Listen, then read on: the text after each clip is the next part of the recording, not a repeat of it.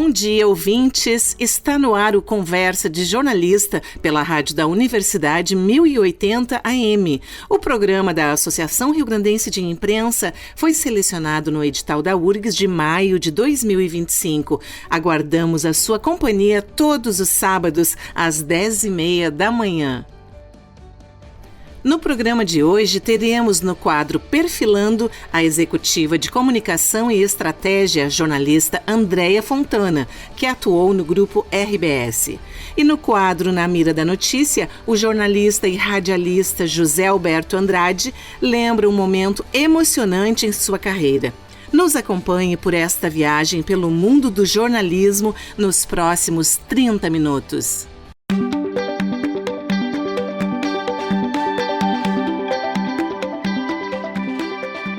Perfilando, com Tamara Costa Pereira e Kátia Hoffmann. Participação especial de Luiz Adolfo Lino de Souza. Entrevistada Andréia Fontana. Olá, ouvintes da Rádio da Universidade. Hoje o nosso estúdio Enio Rockenbach está completo. Temos aqui o Luiz Adolfo Lino de Souza, a Kátia Hoffmann e a nossa convidada de hoje, Andréia Fontana. Andréia Fontana, executiva de comunicação e estratégia, com mais de 30 anos de experiência em ambiente de alta complexidade, especialmente em redações jornalísticas. Atuou como gerente de jornalismo da RBS Caxias, incluindo o jornal Pioneiro, e também foi gerente de produção da RBS TV. Professora universitária. Tudo bem, Andréia? Tudo bem. Que alegria estar aqui nessa casa que me deu já tantas alegrias, me deu tantos presentes, Ari. Estou muito feliz de estar aqui conversando com vocês e com os ouvintes. Antes de começarmos aqui o programa, o Luiz Adolfo estava comentando que tu iniciaste na diagramação? Exatamente. Lá em 1994, era a primeira festa da uva do Pioneiro com a gestão da RBS. E fizeram uma força-tarefa, assim, porque era um momento bem estratégico de a RBS fortalecer o vínculo ali com a região. Então, nessa ocasião, eu brinco que entrei no jornalismo porque era boa aluna de matemática, porque a gente precisava fazer contas, né, Luiz Adolfo, para diagramar, né, para fazer o design das páginas. E eu tinha duas qualidades, segundo a pessoa que me contratou. Eu fazia bem cálculos e era comunicativa. Então, eu ainda fazia magistério na época. Era uma professora de matemática que me convidou. Nossa, mas era polivalente. Bem qualificada para o cargo mesmo. Então, tive um caminho assim meio diferente, né, da maioria dos jornalistas. Entrei pelos números. Jornalista geralmente foge, né, dos números. Exatamente. E ela era uma boa diagramadora, Luiz Adolfo? Excelente. A Andréia não só trabalhou como diagramadora, como depois virou editora, né, não só do Pioneiro, como do Diário de Santa Maria. Como foi essa, digamos assim, progressão dentro da redação, Andréia? Eu acho que eu sempre tive assim essa coisa. Minha mãe disse que eu sou líder desde criança, sabe? Eu lembro que a primeira posição assim que beirava uma liderança mais indireta era de secretaria gráfica. E saiu uma secretária gráfica do Pioneiro, eu bati lá na sala do Thomas e disse: olha, acho que eu posso fazer isso, que era uma coisa de maluco jovem, porque era a revisão das páginas de todo o jornal no industrial. E eu tinha 18 anos, estava começando no jornalismo e achava que podia fazer. Isso no Pioneiro de Caxias do Sul. Isso no Pioneiro de Caxias. E aí, dali, eu virei editora de arte, cuidava ali da diagramação e da arte, né, na época. E depois, como eu gostava também de tecnologia, eu passei a ser convidada a fazer a implantação de novos softwares, que naquela época a gente precisava comprar os livros dos softwares e destrinchá-los. Então, eu comprava esses livros, a gente comprava e daí dava treinamentos. Eu fiz isso na tabloidização do Diário Catarinense, eu fiz isso na tabloidização do Jornal de Santa Catarina. E quando fomos implantar o Diário de Santa Maria, também fui para lá só para dar esse treinamento. Acabei ficando lá 13 anos. E ficou como editora do jornal E depois não foi só o jornal, tu também entrou para TV, para o rádio e trabalhando com todas as mídias. Isso. Aí, lá em Santa Maria, a gente já tinha a primeira redação fisicamente integrada, né, de TV e jornal. Depois, mais tarde, veio a Rádio Gaúcha. Então, lá eu atuei bastante para ajudar a Rádio Gaúcha a vir para o interior, mas não coordenava a operação. A gente tinha todas as coordenações separadas. Aí, sim, quando eu tive assim, o privilégio de voltar para Caxias, né, sair ali de diagramadora, editora de arte, voltar para Caxias, editora-chefe na minha cidade, na minha região, foi assim, um privilégio incrível. Foi uma alegria muito grande assim, voltar para aquela redação, e voltei para o Pioneiro lá em 2015 com um desafio de ajudar a cidade, o jornal, a estarem cada vez mais conectados, né? Ao digital ganhar bastante relevância.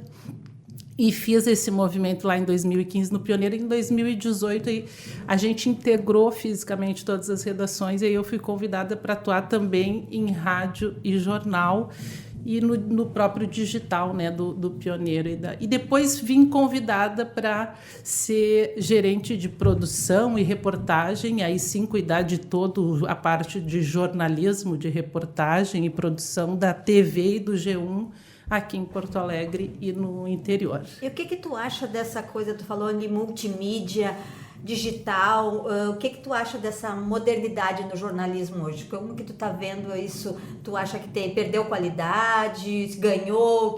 Qual é o teu ponto de vista? Eu acho que é um pouco inevitável que as coisas, que a gente produza de uma forma mais eficiente, né? Porque a nossa própria indústria é uma indústria que mudou muito, né?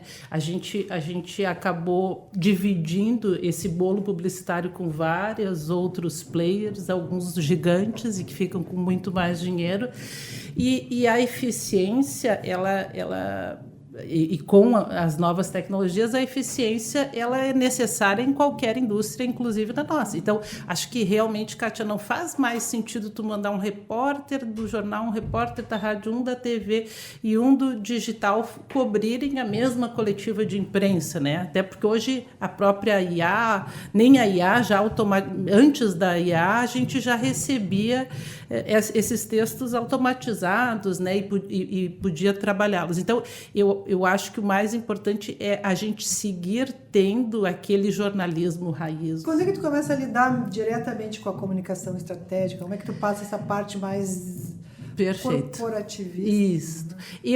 Eu comecei, claro, desde ali da questão da internet chegar dentro do jornal, a gente foi muito mais exposto às novas tecnologias. Depois, quando eu fui para Caxias, eu tive um contato maior com... Eu prestei uma consultoria dentro do Instituto Hélice, eu fiz 2 pós-graduações mais voltadas para estratégia e empreendedorismo. Eu sou gringa da Serra, a gente gosta de virar um CNPJ, né? A gente gosta de negócios. E eu... dentro da RBS, tive a alegria de liderar projetos estratégicos, como de integração de redações, e sempre gostei disso, de tecnologia, de números, do negócio. Sempre gostei do negócio, que são coisas que o jornalista não costuma gostar muito. Eu gosto disso, gosto dessas outras disciplinas, da gestão de pessoas. E comecei a sentir, Tamara, que eu queria aprender muitas outras coisas. Que eu gostava da indústria, que eu gostava da educação, que eu gostava da saúde, que eu gostava de economia. E eu estava num momento assim da vida que eu tenho 31 anos de organização em que ou eu sigo e me aposento ali ou eu vou experimentar outras coisas. E achei que esse podia ser o momento de eu fazer esse movimento, porque eu queria muito me conectar com a estratégia das empresas e acho que todo esse tempo de RBS, de liderança de redação, que é uma coisa complexa, cheia de desafios, uma crise atrás da outra, uma decisão atrás da outra, né? Isso que eu ia dizer, eu acho que o jornalismo, ele nos dá isso para a vida da gente também. Gente, muito obrigada, Kátia Hoffmann, Luiz Adolfo. Foi um privilégio entrevistar a Andréa Fontana, contando essas coisas, né, da Serra, né, desses desafios. E os dois lados do balcão, né, André? Tu estares tanto no microfone, né, com a caneta na mão, digitando, enfim. E poder depois ver a comunicação na coisa ampla, né, da administração, e do convívio com as pessoas, como é complexo mesmo, né, esse envolvimento de conduzir uma estratégia de trabalho. Muito obrigada e vamos convidá-la muitas vezes, Com Kátia. certeza, sempre rende essas nossas conversas. É uma boa conversa de jornalista, né? Eu tenho dito isso aqui no estúdio, a gente pôde fazer esse tipo de coisa de novo e acho que trazer os profissionais para a gente inspirar outras pessoas também, acho que isso é muito importante. Então, muito obrigada, Andréa. Mas, muito obrigada, agradeço demais. Obrigada mesmo.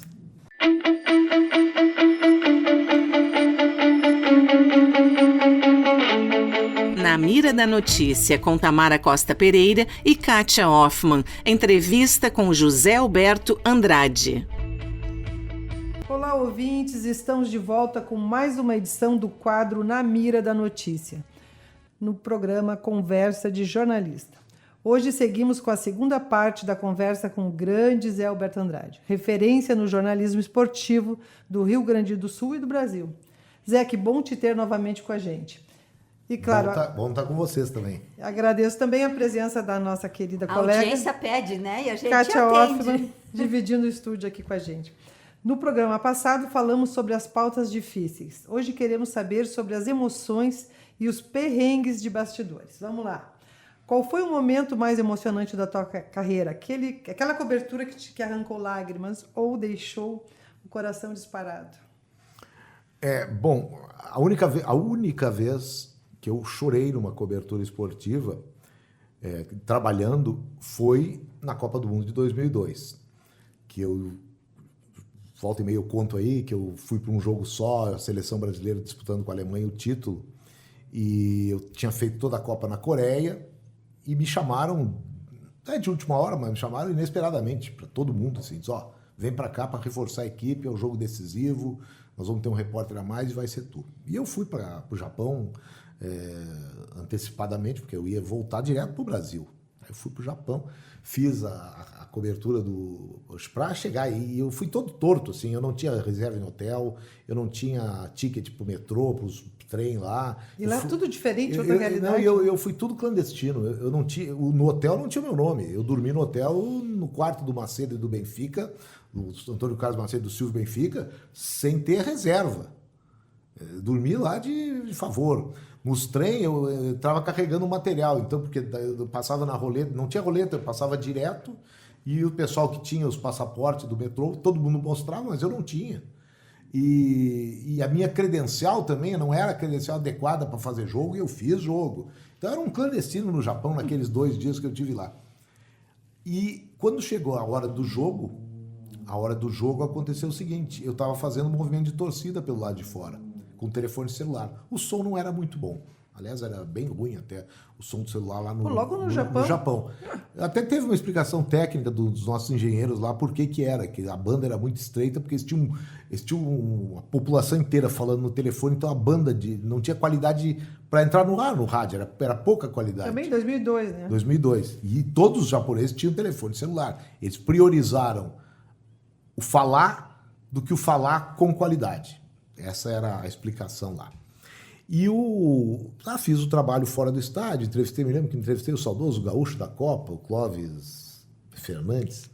Tá, e aí me disseram, tu vai entrar no jogo com ingresso mesmo, a tua credencial realmente não dá acesso às áreas de imprensa, tu vai entrar com o ingresso como torcedor e só volta no fim do jogo, porque não vale a pena interromper uma transmissão de alta qualidade técnica para eu ouvir o torcedor no meio de uma balbúrdia com aquele qualidade de som. Então tá, beleza.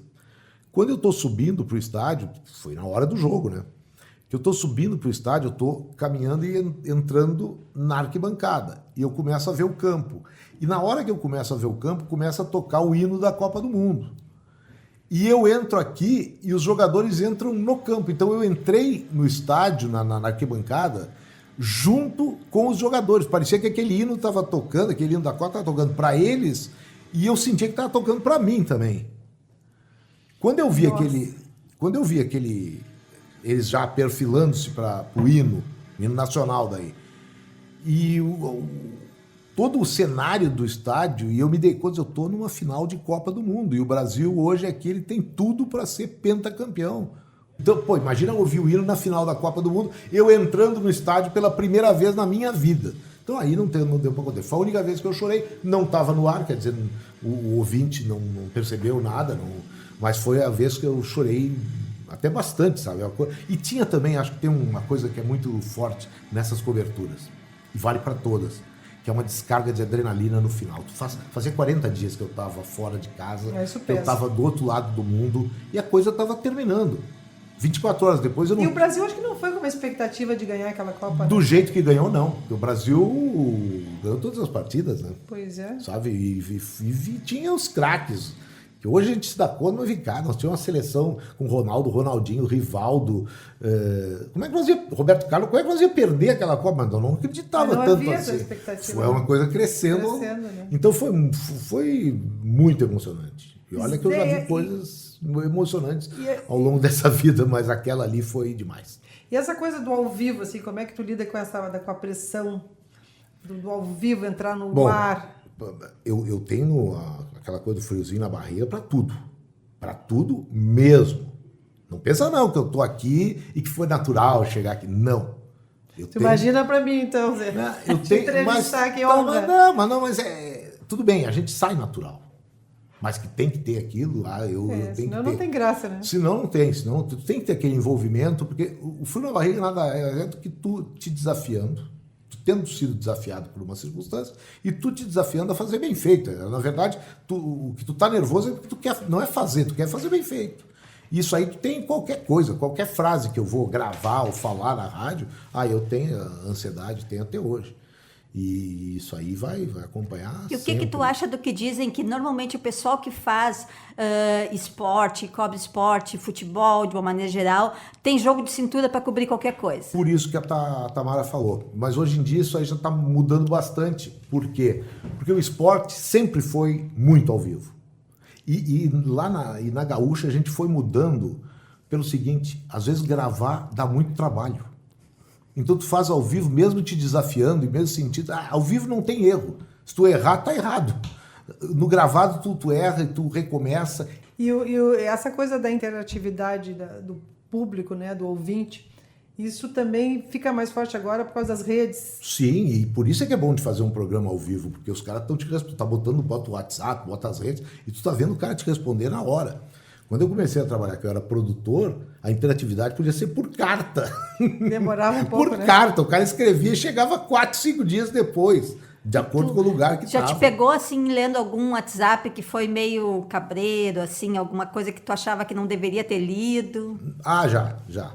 Mas às vezes eu leio uns, assim, não é de propósito, mas eu dou o direito de uma discordância, de um xingamento, até desde que publicável. Eu dou esse direito. E não é para me fazer de vítima, porque eu sei que volta e meia a gente tem o respaldo do ouvinte. Eu digo, o cara está dizendo que eu não sei nada, que eu... Aí o cara, não, Zé, não leva mal. Não é para me fazer de vítima e buscar ser contra aquele ouvinte. Não, é para dar oportunidade de que, olha, tem gente que não está gostando do que eu estou dizendo. Ele tem o direito de dizer isso, desde que com educação e que eu acho relevante. Porque às vezes a gente está falando muitas vezes de assuntos polêmicos. Sabe, eu elogiar um jogador ou eu criticar um jogador, é óbvio que vai ter gente que vai estar a favor ou contra. E eu tenho que, de certa forma, dar esse direito desde que com nível. É uma pena, mas está chegando ao fim, né, Tamara? Está no fim. Mas eu queria que tu falasse ainda, antes da gente encerrar, Kátia, queria que ele me falasse da entrada dos influencers. Isso perturba um pouco principalmente no futebol. Eu acho que é uma discussão bem longa. Não, mas eu vou tentar sintetizar sem virar publicação em rede social, ou até virando, mas sem polêmica. Eu tenho respeito a todo tipo de atividade. Tem coisas que eu faria, tem coisas que eu não faria. E eu acho que a questão de influência nós temos que delimitar o que é jornalismo, o que não é. Jornalismo, para mim, é uma atividade desempenhada por jornalistas, já começa por aí. Eu admito especialistas em outros assuntos falarem, desde que conduzidos por um jornalista. O jogador de futebol contribui muito. Jogador, um cientista, contribuem, desde que conduzidos por um jornalista, que é quem tem habilitação acadêmica e formal para estar ali. A gente estudou para ter um diploma. E eu não abro mão disso. E foi treinado para isso? Eu acho isso aí ponto de honra da nossa atividade. E acho que, muitas vezes, tu radicalizar uma opinião para ganhar likes, que é o que muita gente faz, tomando um partido ou tomando uma posição clubística, mas tu exagerar no vocabulário, porque aquilo ali dá like, é bom lembrar, para quem não sabe. Like é dinheiro. É verdade. Então, quer dizer, se eu chamo a Tamara de má jornalista, com um vocabulário não apropriado, eu vou ganhar like. Eu vou ser mal educado, mas eu vou ganhar dinheiro. Pois é, que esse pessoal não se deu conta ainda. Mas É acho isso, que aos poucos vai... É essa questão de confundir pessoas que são jornalistas e fazem atividade de atores de teatro, onde os atores os atores com justiça vão estar reclamando da mesma maneira que eu reclamo quando outros desempenham a função de jornalista. É verdade. Zé Alberto Andrade, muito obrigada por essa conversa divertida e cheia de verdade. Foi uma honra te receber no quadro Na Mira da Notícia. Eu que fico feliz. E a você, ouvinte, fica o convite. Sábado que vem tem mais conversa de jornalistas, sempre trazendo os bastidores de quem vive o jornalismo por dentro. Até lá.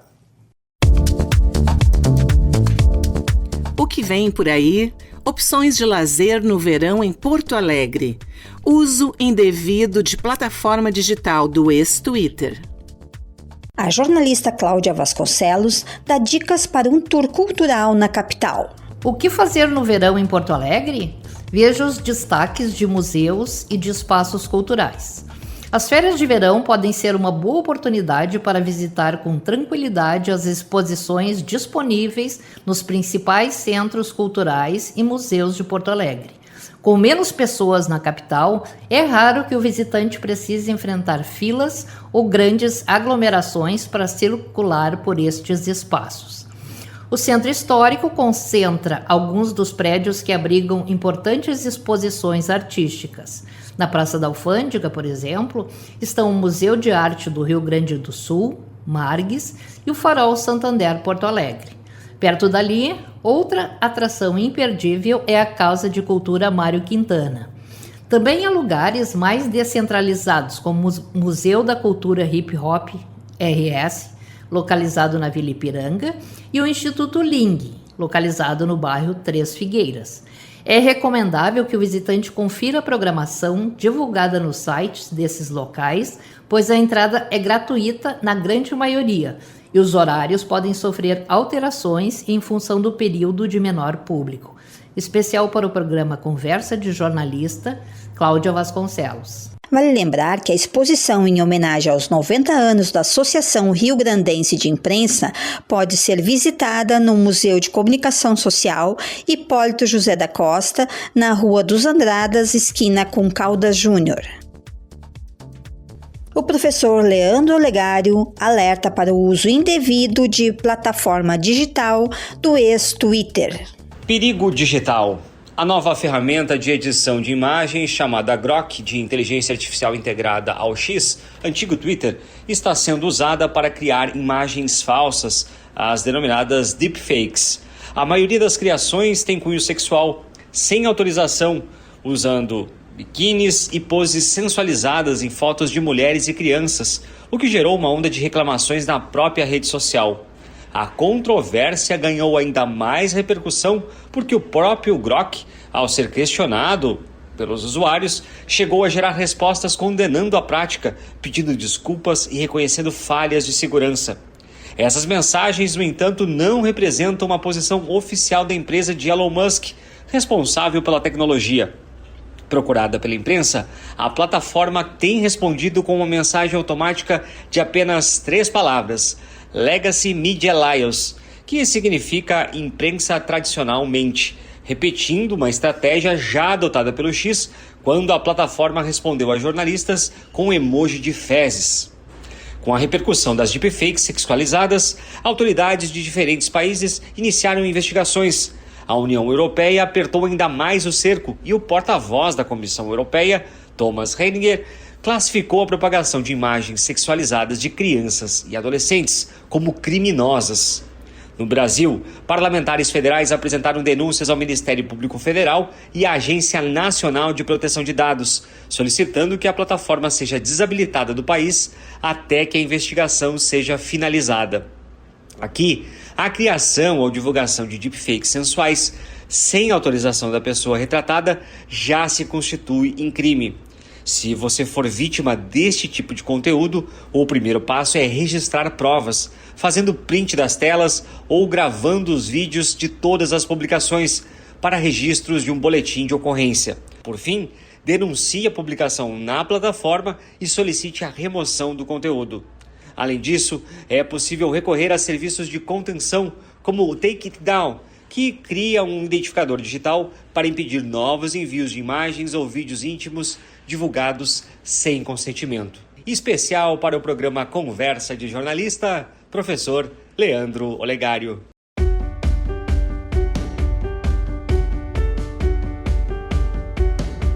Quem está aí no estúdio hoje contigo, Tamara? Oi, Tati. Hoje eu estou com o Felipe Speck, que vai nos contar de um perrengue que ele passou numa dificuldade com uma matéria. Conta para nós, Felipe. Estava gravando o Fim do Futuro, um podcast que a gente fez sobre as enchentes, e eu fiz várias entrevistas nesse podcast. E uma das entrevistas era com o brilhante Rualdo Menegar, geólogo, que foi a entrevista mais importante nossa, que eu gravei, e tinha as melhores falas. E eu, enfim, cuidei daquilo com grande amor e carinho, salvei, decupei, coloquei lá numa plataforma que tem para decupar, e comecei a trabalhar no texto decupado para ler, tarará, tarará. E aí era uma sexta-feira, saí, né, voltei, e aí eu selecionei os textos na segunda-feira e ia mandar pro cara que ia fazer a montagem. E aí, cadê o áudio? Eu não achava o áudio, não achava o áudio, não achava o áudio, não achava o áudio, procurei o áudio por tudo, não tinha gravado no microfone, e o cara me ligando, e a Georgia, que era outra produtora, falou assim, eu li aqui nossa, muito boa, nós vamos começar no episódio com essa entrevista, olha só esse trecho aqui, e aí eu falei assim, Georgia, eu não tive coragem de falar pra ela, e aí ela perguntou, mas e aí, ele tá pedindo? Eu falei, não, porque eu falei que ia mandar, então eu falei assim, não, deixa eu fiquei com muito medo de falar pra Georgia que eu perdi esse áudio, aí ela ficou em silêncio, assim, e aí eu falei, mas não pode, e aí alguém, talvez um anjo, me falou, tu lembra que tu subiu naquela plataforma de decupagem? Será que não tá lá? Aí eu fui lá e não tava. Não tava. Meu Deus. E aí eu mandei um e-mail pra ferramenta dizendo assim, pro cara lá, é uma plataforma da Califórnia, pelo amor de Deus e tal. E ele falou assim, foi 2 meses antes, faz mais de 2 dias, a gente deletou e tal. Aí eu fiquei desesperado e tal. E a Georgia me escreve, de repente eu recebo o e-mail dele de volta assim, conseguimos aqui, ó. Por sorte, neste dia nós não tínhamos deletado esse áudio. Aí mandei de volta e achei. 3 dias depois, eu acabei achando o áudio original também, que estava num outro computador. É bem assim, é o estresse do fechamento de matéria. Muito obrigada, Felipe. É boa essa história? Muito boa. Ótima, adorei.